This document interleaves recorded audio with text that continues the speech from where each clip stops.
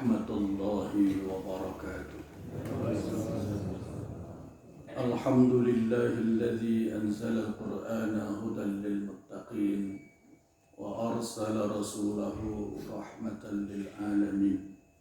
Salatu wa salaman ala sayyidina wa maulana Muhammadin sallallahu alaihi wasallam wa ala alihi wa ashabihi wa man ittaba'ahu ila yaumiddin. Allahumma arzuqna fahman nabiyyin wa hifdzal mursalin wa ilhamal malaikatil muqarrabin.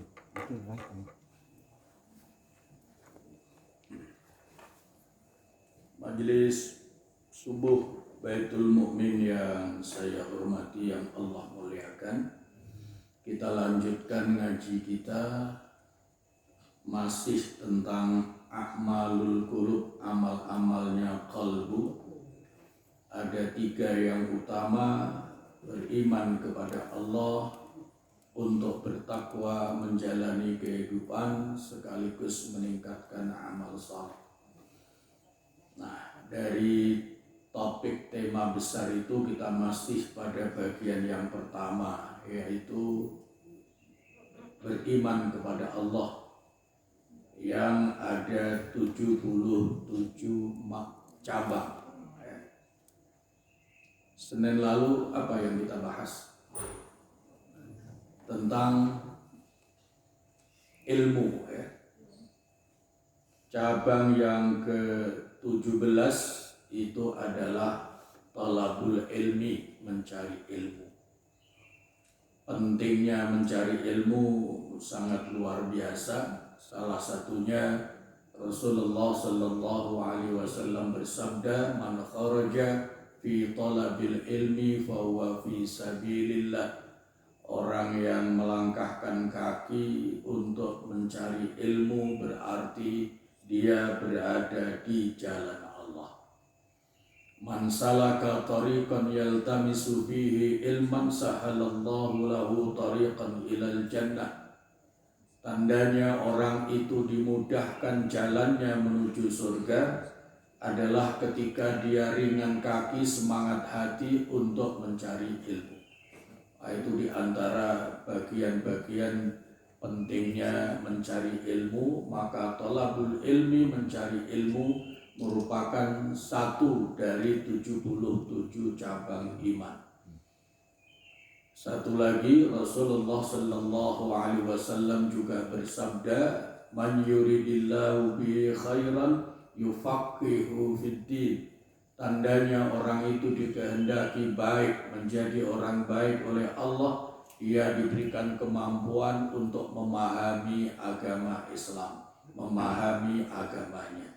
Jadi kalau semakin orang itu makin paham terhadap agamanya, maka akan menjadi makin baik. Itu salah satu pentingnya talabul ilmi. Maka mencari ilmu merupakan salah satu dari 77 cabang iman.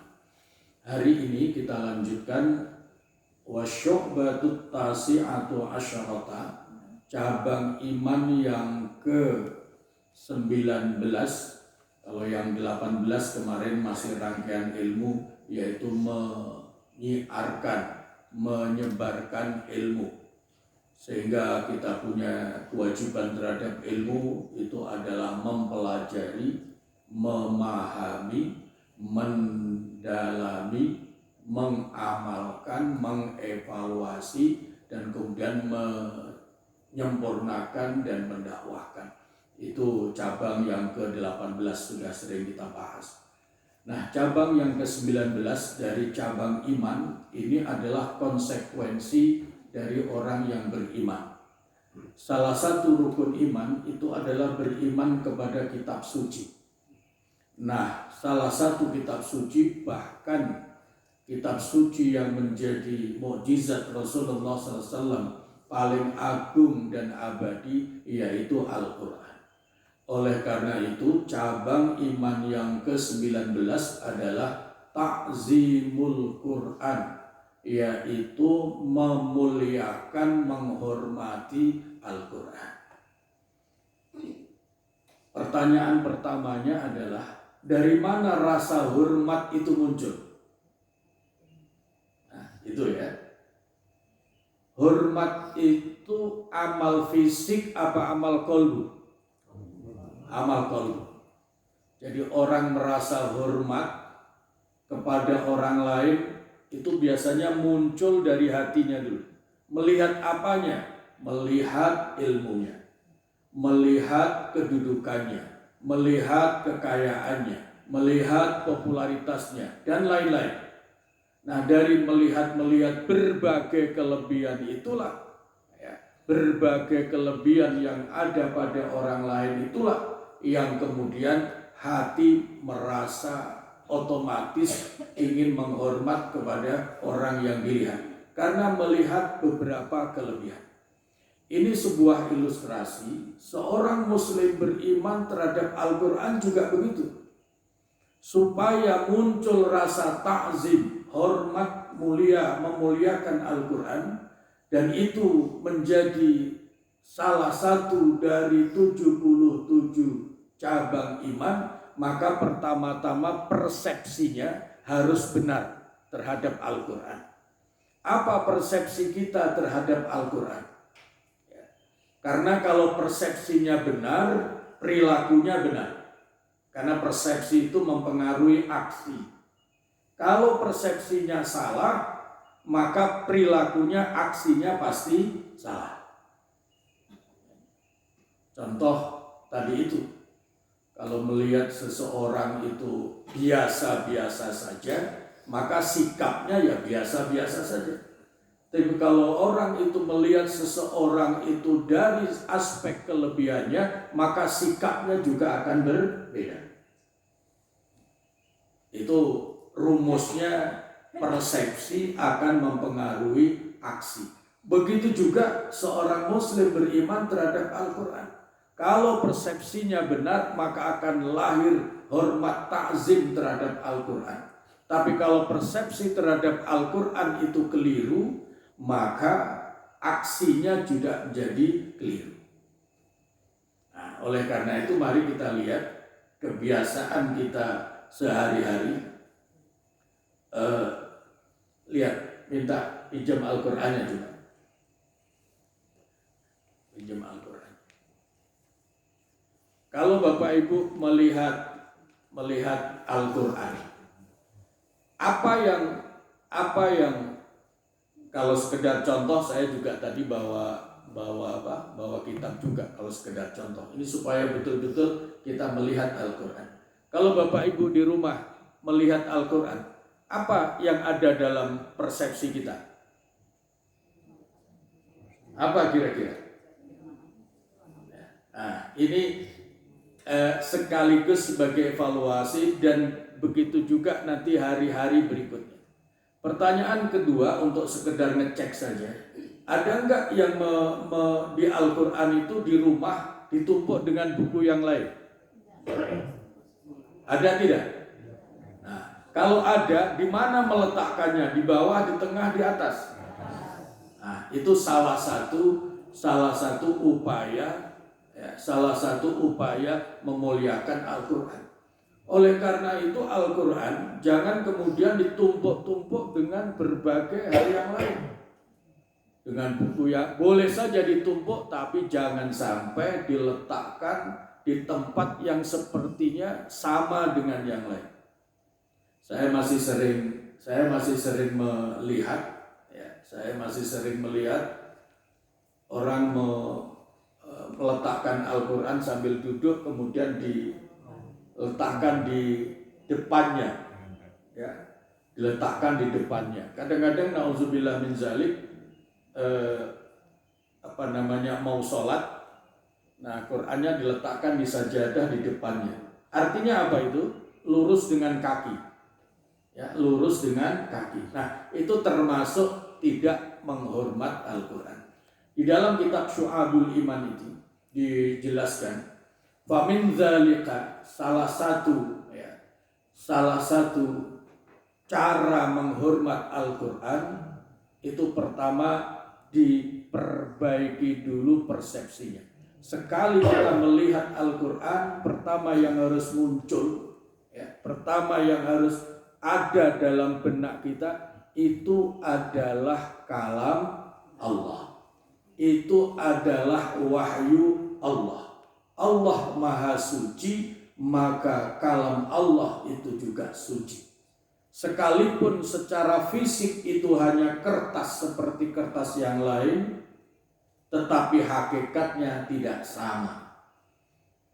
Maka kalau persepsinya benar seperti itu, maka akan punya aksi yang benar, yaitu aksi perilaku amaliyah menghormat Al-Quran. Ini berarti dari amal kolbu, rasa hormat kepada Al-Quran diwujudkan nantinya hormat dalam bentuk amaliyah secara fisik. Ini bukan buku biasa. Ini adalah Al-Quran. Ini bukan tulisan biasa, tapi ini ada tulisan kalam-kalam Allah. Ini adalah kalam Allah yang maha suci. Maka tidak tepat kalau diletakkan, ditaruh, ditumpuk di tempat hal-hal yang tidak terhormat. Nah, setelah persepsinya itu benar, maka apa yang kemudian? Yang kemudian berikutnya muncul. Ini kitab suci, kalam Allah yang harus dimuliakan. Maka muncul pertanyaan dalam hati kita, apa yang harus kita perbuat terhadap Al-Quran? Maka materi yang sudah sering dan pernah disampaikan, ada 5 kewajiban pokok terhadap Al-Quran. 1, masih ada ingat? Kewajiban setiap muslim terhadap Al-Quran apa?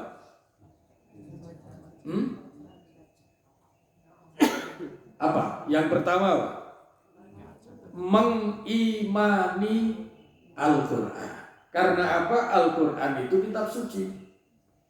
Karena Al-Quran kitab suci, dan dalam pelajaran akidah bahwa setiap muslim beriman, salah satunya harus beriman kepada kitab suci.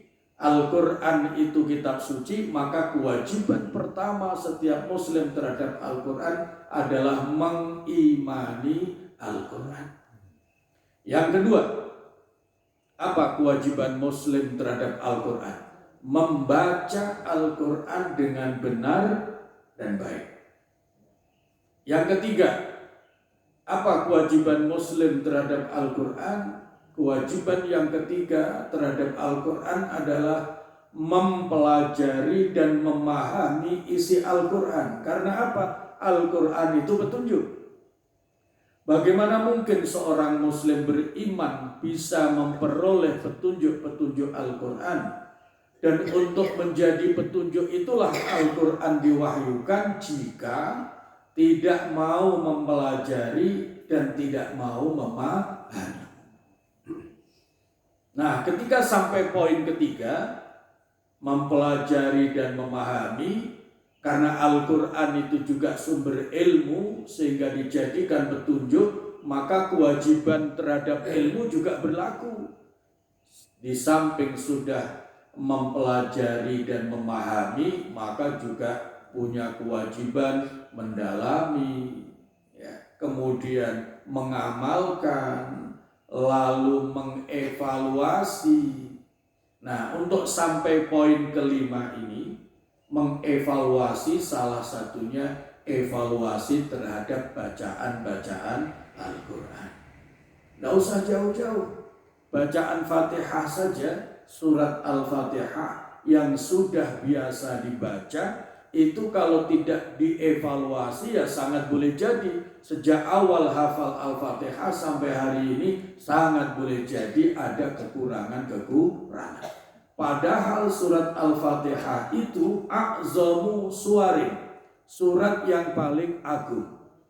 Kalau membaca surat-surat yang lain harus bagus, maka mestinya membaca surat Al-Fatihah harus lebih baik. Karena apa? Al-Fatihah itu a'zamu suwarin, a'zamu suwarin, surat yang paling agung.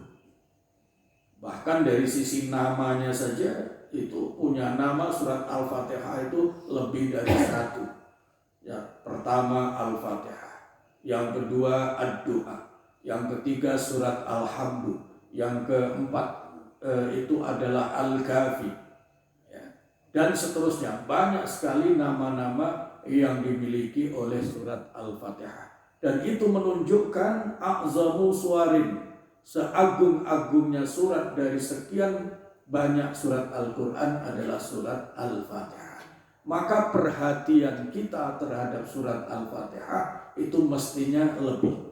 Hanya faktanya karena surat Al-Fatihah demikian populer, kita tidak pernah ada kesulitan untuk menghafal dan membaca Al-Quran, maka sikap takzim kita kadang-kadang kurang.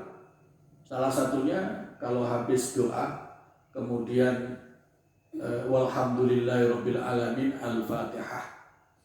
Kira-kira baca Fatihahnya lebih khusyuk atau lebih khusyuk baca doanya? Biasanya doanya Allahumma gitu. Apalagi kalau ya rezaku ya karim, minta rizki, itu biasanya lebih khusyuk lebih. Tapi begitu giliran akhirnya baca Al-Fatihah, kadang-kadang yang sholat dan wiridan sambil ngelipet sajadah. Bismillahirrahmanirrahim, alhamdulillahirabbil alamin arrahmanirrahim. Separuh Maliki Yaumiddin sudah berdiri sambil jalan. Ya, ini yang tertawa punya pengalaman. Ya, jadi itu kebiasaan. Padahal perhatikan betul, ini penting. Sangat boleh jadi doa yang sekian panjang kita baca itu sangat boleh jadi ijabahnya sangat tergantung kepada surat Al-Fatihah. Nah, secara ilmu supaya benar persepsinya, sehingga takzimul Quran, menghormat memuliakan Al-Quran menjadi benar, salah satunya adalah surat yang paling agung yaitu surat Al-Fatihah. Maka jangan sampai kita punya persepsi ketika berdoa dari awal sampai akhir demikian rupa, kemudian ditutup dengan Al-Fatihah. Jangan sampai punya pikiran, jangan sampai punya keyakinan bahwa doa yang tadi itu Allahumma yang sekian banyak itu, jangan sampai ada persepsi itu lebih mulia, lebih baik, lebih penting daripada surat Al-Fatihah. Nah, ini yang penting mendapatkan perhatian. Masih banyak salah persepsi. Itu tadi buktinya, ketika berdoa begitu khusyuk, begitu serius, begitu tumaknina, begitu anteng, begitu giliran baca Al-Fatihah tidak tampak khusyuk, tidak tampak serius seperti pada saat berdoa. Ini berarti menunjukkan seolah-olah rangkaian doa tadi itu lebih agung, lebih mulia dibandingkan membaca surat Al-Fatihah. Nah, ini tentu saja persepsi yang keliru. Karena keliru persepsinya, maka baca rangkaian doanya lebih khusyuk, sementara membaca surat Al-Fatihahnya sambil lalu. Bismillahirrahmanirrahim. Alhamdulillahirabbil alamin arrahmanirrahim maliki yaumiddin. Iyyaka na'budu wa iyyaka nasta'in. Ihdinas siratal mustaqim. Siratal ladzina an'amta 'alaihim ghairil maghdubi 'alaihim waladdallin. Pertanyaannya, hafal baca surat Al-Fatihah seperti itu? Hafal, jelas hafal. Sudah bagus membaca Al-Fatihah seperti itu? Jelas belum? Ya, begitu ya. Jadi hafal belum tentu bagus. Karena apa? Kalau hafal rangkaian ayat dan bunyi, tapi kalau bagus itu menyangkut tajwid. Baru akhir surat saja, akhir ayat sudah jelas salah. Bismillahirrahmanirrahim, alhamdulillahirabbil alamin. Nah, ini berarti antara Bismillahirrahmanirrahim dengan alhamdulillahirabbil alamin berarti ada yang hilang, yaitu barisnya huruf mim dalam bacaan Bismillahirrahmanirrahim. Mati. Kalau itu berhenti harusnya nafas, yang namanya wakaf. tapi ternyata berhenti, ya, tapi tidak bernafas, langsung disambung Bismillahirrahmanirrahim, Alhamdulillahirabbil alamin. Ini bacaan yang salah. Bacaan yang salah. Mestinya Bismillahirrahmanirrahim, Alhamdulillahirabbil alamin. Jadi jelas. Kalau mau lanjut, tidak salah, boleh-boleh saja. Bismillahirrahmanirrahim, Alhamdulillahirabbil alamin. Itu cara membaca yang benar dan baik. Tapi karena merasa surat Al-Fatihah sudah biasa dibaca, nah maka kesalahan-kesalahan berulang tidak terasa. Jadi salah satu contoh untuk yang namanya menghormat Al-Quran. Kewajiban tadi mengimani Al-Quran, membaca dengan benar dan baik, mempelajari dan memahami isinya. Yang keempat adalah mengamalkan petunjuk-petunjuknya dengan ikhlas. Mengamalkan petunjuk-petunjuknya dengan ikhlas. Yang kelima, ini yang tidak kalah pentingnya, mendakwahkan dan mewariskan Al-Quran kepada generasi berikutnya, generasi penerusnya, minimal terbatas pada keluarganya. Maka kewajiban orang tua, kewajiban orang tua kepada putra-putrinya, itu salah satunya adalah wajib menjadikan anak-anaknya bisa membaca Al-Quran dengan benar dan baik. Pertanyaannya menjadi begini, ini kebiasaan. Mana yang kita perkenalkan kepada anak-anak kita, membaca ABCD atau alif ba ta sa? Pengalaman kita sendiri. Kita belajar dulu ABCD atau belajar alif ba dulu? ABCD, rata-rata begitu. Nah, ini karena kita mungkin sudah tidak punya anak kecil, tapi punya cucu. Nah, ini yang wajibnya kita memberitahukan kepada bapak ibunya, nak, kamu sudah punya anak-anak kecil, maka yang pertama kali mestinya diperkenalkan, kalau sudah mulai bicara, diperkenalkan tentang Tuhannya, Allahnya. Karena kewajiban manusia yang pertama adalah mengenal Allah. Awwal wajibin 'alal insan ma'rifatullah. Kewajiban utama dan pertama setiap manusia itu adalah mengenal Tuhannya. Karena anak-anak itu tanggung jawab orang tuanya, maka yang wajib memperkenalkan Allah kepada anaknya adalah orang tuanya. Maka pengenalan pertama dari sisi kata-kata. Sehingga kewajiban orang tua terhadap anaknya ketika sudah mulai bisa berbicara, pertama mestinya diperkenalkan Allah, Allah, Allah. Nah, ini belum membudaya. Yang membudaya adalah opa, oma, papa, HP. Nah, itu semua sudah bisa mengucapkan. Sementara lafal Allah belakangan. Nah, ini kebiasaan yang penting mendapatkan perhatian untuk dirubah. Nah, yang kedua, karena orang tua punya kewajiban mengajarkan anaknya bisa baca Al-Quran, maka mestinya minimal bareng. Kalau anak sudah mulai belajar membaca, maka alif ba ta sa-nya juga segera diperkenalkan berbarengan bersamaan dengan ABCD-nya. Nah, mungkin ada kesulitan, khawatir anak karena kemampuannya terbatas kalau belajarnya bareng aba tasa ABCD. Nah, ini menyangkut teknik. Tapi dari aspek kewajiban, wajib. Setiap orang tua punya kewajiban mengajarkan Al-Quran kepada putra-putrinya. Maka ketika sudah mulai belajar menulis membaca, mestinya seorang anak segera diajarkan baca tulis Al-Quran. Yang jadi problem, jangan-jangan bapaknya juga nggak bisa baca tulisnya. Nah, ini yang jadi problem ini. Ini yang jadi problem, ya, yang jadi problem.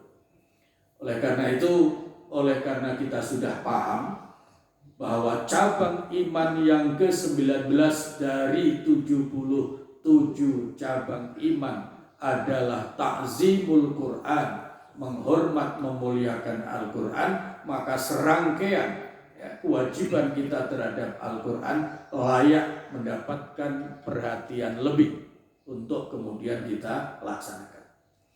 Tadi, persepsi yang benar terhadap Al-Quran akan melahirkan aksi yang benar, yaitu menghormat memuliakan Al-Quran. Setelah kita paham, ketika melihat Al-Quran, saya punya 5 kewajiban pokok terhadap Al-Quran. Pertanyaan berikutnya, mana yang sudah saya laksanakan? Mana yang sudah saya laksanakan? Mengimani jelas sudah. Mengimani itu jelas sudah. Yang kedua, membaca dengan benar dan baik. Apakah kita sudah belajar membaca Al-Quran dengan benar dan baik? Alhamdulillah. Di Baitul Mukmin ini ada serangkaian, ya Pak Haji Rudi ya, ada serangkaian kegiatan tahsin Al-Quran dan seterusnya. Itu sangat baik, ya, sangat baik. Ini perlu dilakukan evaluasi karena ada kewajiban sebagai salah satu cabang iman adalah menghormat memuliakan Al-Quran, maka apa saja yang harus dilaksanakan dari 5 hal tadi? Mengimani sudah, membaca dengan benar dan baik selalu diupayakan, kemudian mendalami, memahami isinya, kajian-kajian diikuti. Kalau itu sudah dilakukan, maka nanti akan terjadi perilaku yang benar seorang muslim beriman, ta'zimul Quran, menghormati Al-Quran. Nah, lanjutannya kita mau membaca, ya, kita mau membaca Al-Quran. Kalau dalam ajarannya para ulama, famin dzalika ayyaqra'ahu wa huwa ala taharatin. Ini bersifat anjuran tapi juga bersifat kewajiban. Ya. Di antara memuliakan Al-Quran adalah ketika mau memegang dan membaca Al-Quran, membawa Al-Quran, hendaknya dalam keadaan suci. Nah, ini menjadi perbedaan pendapat para ulama. Memegang Al-Quran harus wudhu dulu apa tidak? Nah, ini jadi perbedaan pandangan ulama. Tidak apa-apa. Ya. Bisa dibuka di Al-Qurannya di surat apa itu? Al-Waqi'ah. Ya. Surat Al-Waqi'ah. Surat Al-Waqi'ah itu ada ayat la yamassuhu illal mutahharun. Tidak ada yang menyentuh Al-Quran itu kecuali yang suci. Nah, di situ yang suci itu memang ada perbedaan pendapat ulama. Ketemu surat Al-Waqi'ah? Ketemu ayat, coba ayat 77. Coba dibaca.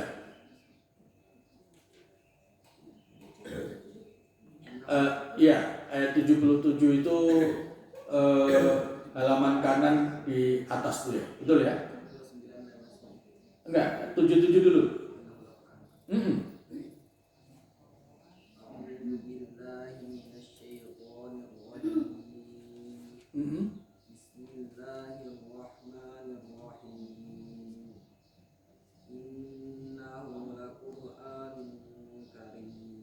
Innahu laqur'anun karim. Terjemahannya apa situ? Sungguhnya dia benar-benar Al-Quran yang sangat mulia. Stop. Innahu laqur'anun karim. Sesungguhnya itu adalah benar-benar Al-Quran yang apa artinya itu? Yang mulia. Sang pemilik Al-Quran yaitu Allah Subhanahu wa ta'ala menamakan, memberikan sifat terhadap Al-Quran dengan karim, artinya mulia. Innahu laqur'anun karim. Oleh karena itu sudah sewajarnya kalau kita sebagai hamba Allah, seorang muslim beriman berilmu, kalau bersikap memuliakan, menghormat, memuliakan Al-Quran. Karena apa? Karena Allah yang punya Al-Quran, sang pemilik wahyu menyatakan ini Quran ini adalah sangat mulia. Nah sekarang sebaliknya, kalau Bapak Ibu punya benda barang yang sangat berharga, lalu orang menyatakan begini, ah enggak ada, itu biasa-biasa saja. Kira-kira gimana rasanya Bapak yang punya? Bapak punya motor bagus, Bapak punya jam bagus, Ibu punya perabotan rumah tangga yang istimewa. Tapi ada orang yang menyatakan, ah itu biasa saja, yang begitu saya juga punya. Kira-kira rasanya bagaimana? Nah ini sebuah ilustrasi. Ketika Allah menyatakan innahu laqur'anun karim, sesungguhnya itu adalah Al-Quran yang mulia, tiba-tiba kita tidak bersikap memuliakan. Kira-kira kalau itu diukur misalnya, Allah gampang tersinggung, Allah layak tersinggung apa tidak? Layak. Karena Al-Quran yang mulia, sementara manusianya menganggap biasa-biasa saja. Al-Waqi'ah ayat 77. Kaitannya dengan kajian kita pagi ini, cabang iman yang ke-19 adalah memuliakan Al-Quran. Ini artinya memang sesuai dengan firman Allah ayat 77 surat Al-Waqi'ah. Innahu laqur'anun karim. Karena Allah sang pemilik wahyu menyatakan Al-Quran itu mulia, maka salah satu tanda orang itu beriman kepada Allah, beriman kepada Al-Quran adalah bersikap ta'zimul Quran, memuliakan Al-Quran. Lanjut.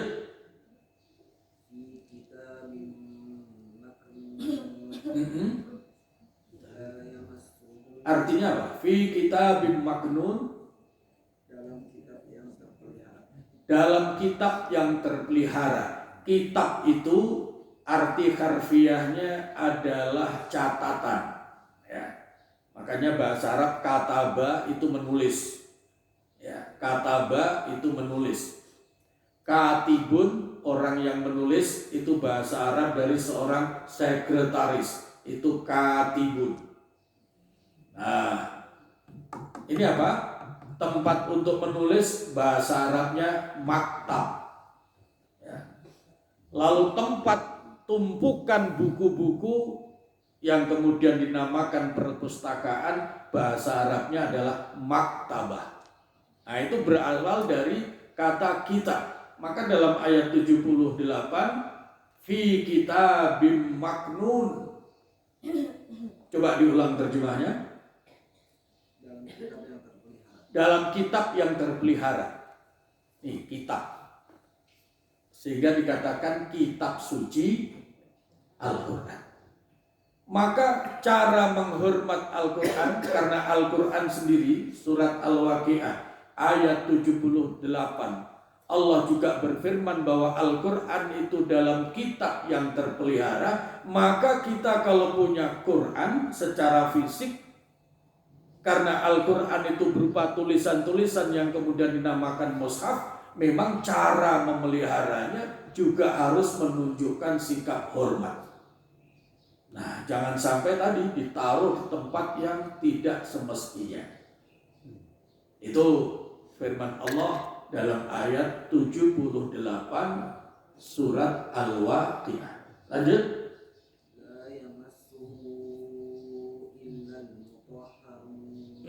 La yamassuhu illal mutahharun. Artinya tidak ada yang menyentuhnya kecuali para hamba Allah yang disucikan. Tidak ada yang menyentuhnya kecuali hamba Allah yang disucikan. Nah, disinilah letaknya perbedaan pendapat para ulama dalam hukum menyentuh, membaca, dan membawa Al-Quran. Dari mana awal perbedaan pendapatnya? Karena sebagian ulama menyatakan yang dimaksud al-mutahharun yang menyentuh Al-Quran di ayat 79 surat Al-Waqiah itu yang dimaksud adalah para malaikat. Artinya Allah menjelaskan itu adalah wahyu Al-Quran kitab Allah yang mulia, terpelihara dalam catatan, dan tidak ada yang menyentuh kecuali hamba-hamba Allah yang disucikan. Kalau itu dimaknai malaikat, dan itu ada dasarnya, maka karena manusia bukan malaikat, boleh-boleh saja menyentuh, membaca Al-Quran walaupun tidak dalam keadaan suci. Itu satu. Maka tidak usah heran ada sahabat-sahabat kita, masyarakat muslim yang walaupun tidak berwudu dia menyentuh Al-Quran, membawa Al-Quran, membaca Al-Quran. Nah, tapi karena ayatnya berbunyi la yamassuhu illal mutahharun, tidak ada yang menyentuh Al-Quran itu kecuali hamba-hamba Allah yang suci, maka yang suci itu artinya orang yang berwudu, orang yang tidak sedang berhadas. Dan ini relevan dengan kesucian Al-Quran. Kira-kira argumen alasan sederhananya, ya karena Al-Quran itu kalam Allah yang maha suci, Al-Quran itu kitab suci, maka sudah sewajarnya kalau kita mau menyentuh, kita mau membawa, kita mau membaca Al-Quran juga dalam keadaan suci. Itu salah satu cara menghormat ta'zimul Quran. Sehingga di dalam kitab ini dinyatakan fa min dzalika ayyaqra'ahu wa huwa ala taharatin. Salah satu cara menghormat memuliakan Al-Quran sebagai wujud cabang iman yang ke-19 dari 77 cabang iman adalah hendaknya ketika membaca Al-Quran dalam keadaan suci. Suci ada beberapa hal, sama dengan sholat.